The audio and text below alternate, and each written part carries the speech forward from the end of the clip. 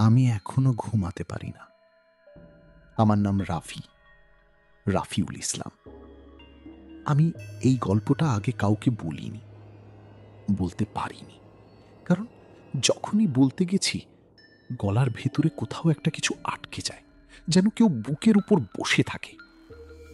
কিন্তু আজ বলব, কারণ আজ রাতটা সেই রাতের মতোই। বাইরে একই রকম বৃষ্টি, একই রকম অন্ধকার। আর আমার ফোনে রাত এখন ঠিক 2:57। 3 বছর আগের কথা। আমি তখন ঢাকার মিরপুরে একটা মেসে থাকতাম। নতুন চাকরি, নতুন জায়গা। বাড়িওয়ালা ছিলেন হাজী সাহেব, একটু কম কথার মানুষ, কিন্তু ভালো। মেসে আরো 2জন ছিল, সজীব আর তানভীর। সেই রাতে সজীব বাড়ি গিয়েছিল, তানভীর ঘুমিয়ে পড়েছিল। আমি একা ছিলাম, একা। কিছু একটা শুরু হয়েছিল। সেই মেসটা ছিল পুরনো একটা দোতলা বাড়ির দোতলায়। নিচে হাজী সাহেব থাকতেন তার পরিবার নিয়ে। আমাদের ফ্লোরে 3টা রুম, একটা শেয়ার্ড বাথরুম। বাথরুমে যাওয়ার জন্য করিডোর পার হতে হতো। সেই করিডোরের শেষে একটা দরজা ছিল, সবসময় বন্ধ। আমি একদিন হাজী সাহেবকে জিজ্ঞেস করেছিলাম, চাচা, ওই দরজায় কি আছে? উনি একটু থেমেছিলেন, তারপর বলেছিলেন, স্টোর রুম, ওইদিকে যাইও না। তার চোখের দিকে তাকিয়ে আমি আর কিছু জিজ্ঞেস করিনি। সেই রাতের কথায় আসি। রাত তখন প্রায় 12টা। আমি ল্যাপটপে কাজ করছিলাম, অফিসের একটা রিপোর্ট শেষ করতে হবে। হঠাৎ বিদ্যুৎ চলে গেল, সারা বাড়ি অন্ধকার। আমি ফোনে টর্চ জ্বাললাম, তানভীরের রুমে উকি দিলাম। ও নাক ডাকছে, ঘুমের ঘোরে কিছুই টের পাচ্ছে না। ভাবলাম বাথরুম থেকে ঘুরে আসি, তারপর ঘুমিয়ে পড়ব। করিডোরে এলাম, ফোনের আলোয় দেখলাম বাথরুমের দরজা খোলা। ঠিক আছে, কিন্তু করিডোরের শেষে সেই বন্ধ দরজাটার দিকে যখন তাকালাম, দরজার নিচ দিয়ে আলো আসছে, হলুদ কাঁপা কাঁপা আলো, যেন ভিতরে মোমবাতি জ্বলছে। আমার পুরো শরীর স্থির হয়ে গেল। মাথায় প্রথম যে চিন্তাটা এলো সেটা হলো, হয়তো হাজী সাহেব কিছু রাখতে এসেছেন। কিন্তু মধ্যরাতে বিদ্যুৎ নেই, তবুও স্টোররুমে কাজ। আমি বাথরুম সেরে ফিরে যাচ্ছিলাম, তখন শুনলাম,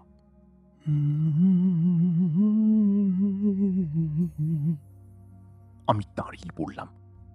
গলার ভিতর থেকে ডাকতে গেলাম, কি, কিন্তু শব্দ বেরোলো না। গুনগুনটা থামল, নীরবতা। তারপর দরজার ভিতর থেকে, ঠিক দরজার গায়ে লেগে, কেউ একজন আস্তে আস্তে নক করল। একবার। আমি দৌড়ে রুমে ঢুকে দরজা বন্ধ করলাম। সেটাই প্রথম রাত। পরের রাতগুলো আরো খারাপ ছিল। পরদিন সকালে হাজী সাহেবকে বললাম। উনি আমার কথা মনোযোগ দিয়ে শুনলেন। তারপর বললেন, রাফি বেটা, রাত্রিরে ওইদিকে যাইও না, আমি বলতেছি। কিন্তু চাচা, ভেতরে কে আছে? উনি জানালার বাইরে তাকালেন, অনেকক্ষণ চুপ থাকলেন। আমার মেয়ে। আমি অবাক হলাম। মেয়ে? আপনার তো মেয়ে নেই, মানে আপনি তো কখনো বলেননি। ছিল, শুধু এটুকুই বললেন। সেদিন রাতে আমি তানভীরের সাথে কথা বললাম। ও বলল, আরে ভাই, পুরনো বাড়ি, শব্দ হবেই, চিন্তা করিস না। কিন্তু তানভীরের চোখে আমি কিছু একটা দেখলাম, সামান্য ভয়, সামান্য লুকানো। তুই জানিস কিছু? আমি জিজ্ঞেস করলাম। ও মুখ ঘুরিয়ে নিল। ঘুমা। দ্বিতীয় রাতে আর ঘুমাতে পারিনি। রাত 2টোর দিকে আবার সেই গুনগুন শুনলাম, এবার আরো স্পষ্ট। এবার আমার নিজের রুমের দেয়াল থেকে আসছে মনে হলো, যেন দেয়ালের ওপারে কেউ আছে। কান পেতে শুনলাম। গুনগুনটা আসলে একটা ছড়া, বাচ্চাদের ছড়া। আয় আয় চাঁদ মামা, টিপ দিয়ে যা। আমার সারা গায়ে কাঁটা দিয়ে উঠল। ছড়াটা থামল। তারপর একটা ছোট্ট গলায় বলল, ভাইয়া, তুমি কি আমার কথা শুনতে পাচ্ছ? সত্যিটা যেদিন জানলাম, আমি সেই রাতে আর রুম থেকে বেরোইনি। সকালে অফিসে গেলাম, সারাদিন কাজে মন ছিল না। বিকেলে ফেরার পথে মেসের কাছের মুদি দোকানের চাচার সাথে কথা হলো। উনি অনেক পুরনো লোক, এলাকার সব কিছু জানেন। চা খেতে খেতে জিজ্ঞেস করলাম, চাচা, হাজি সাহেবের মেয়ে ছিল একজন? চাচা থেমে গেলেন, চায়ের কাপটা নামিয়ে রাখলেন। তুমি কিভাবে জানলা? উনি নিজেই বললেন, মেয়ে ছিল। চাচা একটু চারদিকে তাকালেন, তারপর গলা নামিয়ে বললেন, মেয়ের নাম ছিল তিথি, বয়স 7। 5 বছর আগে ওই দোতলায়, ওই স্টোর রুমে। উনি থামলেন। কি হয়েছিল? দরজা আটকে গিয়েছিল ভেতর থেকে। কেউ জানতো না মেয়ে ভেতরে ঢুকেছে। সারা রাত কেউ খোঁজেনি। সকালে দরজা ভাঙতে গিয়ে উনি আর বললেন না। আমার মাথা ঘুরতে লাগলো। ট্রাফিকের শব্দ হঠাৎ যেন দূরে চলে যায়। তারপর থেকে হাজি সাহেব ওই দরজা আর খুলেন না। খুলেন, একবার খুলেছিলেন। তারপর তারপর থেকে তার স্ত্রী পাগল হয়ে গেছেন। এখন গ্রামে আছেন। সেই রাতে আমি হাজি সাহেবের সামনে বসলাম।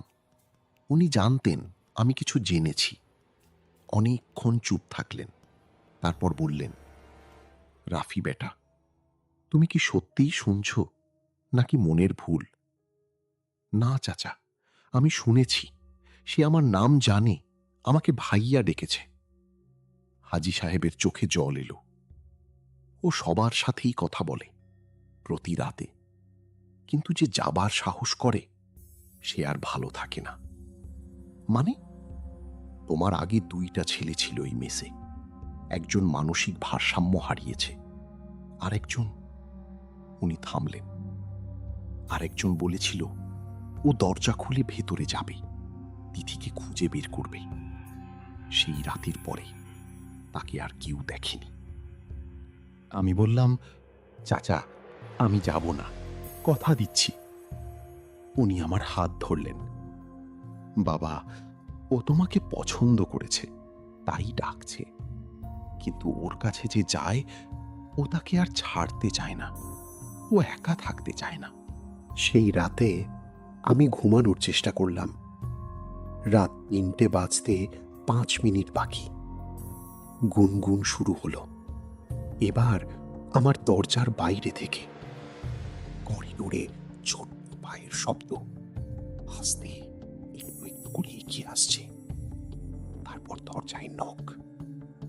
একবার, 2বার, 3বার।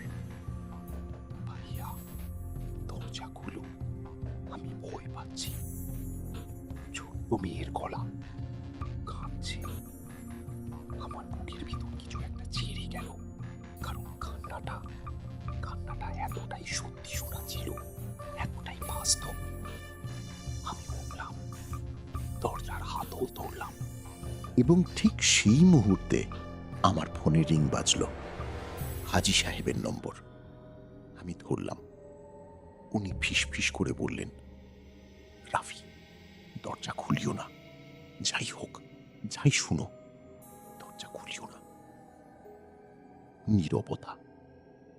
তারপর দরজার নিচ দিয়ে আলো এলো, হলুদ, কাঁপা কাঁপা। এবং সেই গলায়, এবার আর ছোট্ট বাচ্চার গলা নয়, একটু ভারী, একটু বদলে যাওয়া। তুমিও ভয় পাও? সবাই ভয় পায়। কিন্তু ভাইয়া, তোমাকে তো আমি একা থাকতে দেব না। আমি এখনো মিরপুরে আছি। আমি সেই রাতে দরজা খুলিনি। হাজি সাহেব আমার দরজার বাইরে বসে ফজরের নামাজ পড়লেন। ভোর হলে সব শান্ত হলো। পরদিন আমি মেস ছেড়ে দিলাম। সজীবকে বললাম, কারণ না জানিয়েই। তানভীর কিছু বলল না, শুধু একটু ক্লান্ত চোখে বলল, ভালো করলি। হাজী সাহেব আমাকে বিদায় দিতে নিচে এলেন, চোখে জল। আমি বললাম, চাচা, আপনি কেন এই বাড়ি ছাড়েন না? উনি একটু হাসলেন। মেয়ে এই বাড়িতে আছে, বাপ কি মেয়েকে ছেড়ে যায়? আমি আর কিছু বলতে পারিনি। এটুকুই হলে হয়তো গল্পটা শেষ হতো, কিন্তু শেষ হয়নি। 3 মাস পরে আমি তখন নতুন জায়গায় থাকি, রাতে ঠিকঠাক ঘুমাচ্ছি, সব স্বাভাবিক। একদিন রাত 3টে হঠাৎ ঘুম ভেঙে গেল, কোনো কারণ ছাড়াই। আমি অন্ধকারে শুয়ে রইলাম। তারপর শুনলাম খুব আস্তে, খুব দূর থেকে, আয় আয় চাঁদ মামা, টিপ দিয়ে যা। আমি উঠে বসলাম। ঘরে কেউ নেই, জানালা বন্ধ, কিন্তু আমার বালিশের পাশে একটা ছোট্ট কাগজ। আমি লাইট জ্বাললাম। কাগজে ছোট ছোট হাতের লেখায়, যেন কোনো বাচ্চা লিখেছে। মাত্র একটা লাইন, ভাইয়া, আমি তোমাকে খুঁজে পেয়েছি। আমি বললাম, এটা 3 বছর আগের কথা। আমি এখনো সেই কাগজটা রাখি। প্রতি রাতে রাত 3টের আগে আমি ঘুমিয়ে পড়ার চেষ্টা করি, কিন্তু রাত 3টে প্রতি রাতেই ঘুম ভেঙে যায়, এবং আমি অনুভব করি বিছানার পাশে কেউ একজন বসে আছে, আমার দিকে তাকিয়ে অপেক্ষা করছে।